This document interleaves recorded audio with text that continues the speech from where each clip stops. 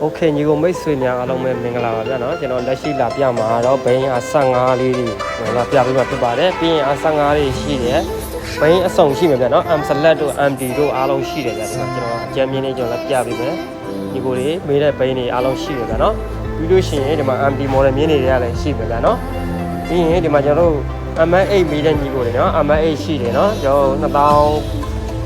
2000ခွဲဝန်းကျင်လေးနဲ့ရမယ်2400နဲ့900နဲ့ဝန်းကျင်လောက်နဲ့ရမှာဗျာနော်โอเคဒီမှာလဲ GBA ကျတဲ့ညီကိုတော့ GBA ရှိတယ်ဗျာနော်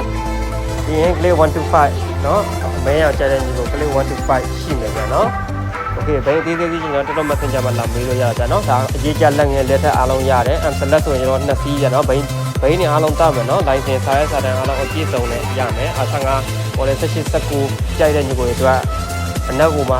လုံးဝ share final လေးလှလာတယ်ဗျာနော်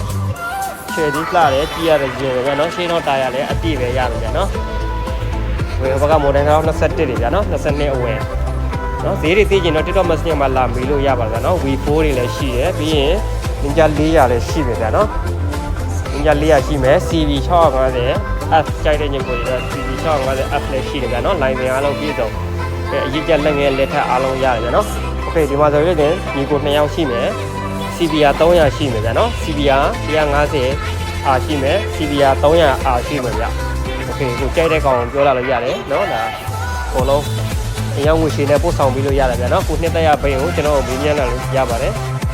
အင်ဂျင်400လည်းရှိအောင်ဗျာနော် CB 650 F တွေR15 V4 2စီးရှိမယ်ပြီးရင်ဟိုမှာR15 V3 2စီးရှိမယ်ဗျာနော်ပြီးလို့ရှိရင် M select 2စီး MD 2စီးโอเคစုံပါဗျာနော်ဒါရေးကြလက်ငယ်လက်ထက်အားလုံးရတယ်အရောက်ငွေရှင်နဲ့ကျွန်တော်ပို့ဆောင်ပေးပါတယ်ဗျာနော်သေးသေးသိရင်တော့ဖုန်းနဲ့ဆက်သွယ်လာလို့ရပါတယ်နော်ကျွန်တော် Messenger မှာလည်းဆက်သွယ်လာလို့ရပါတယ်ဗျာ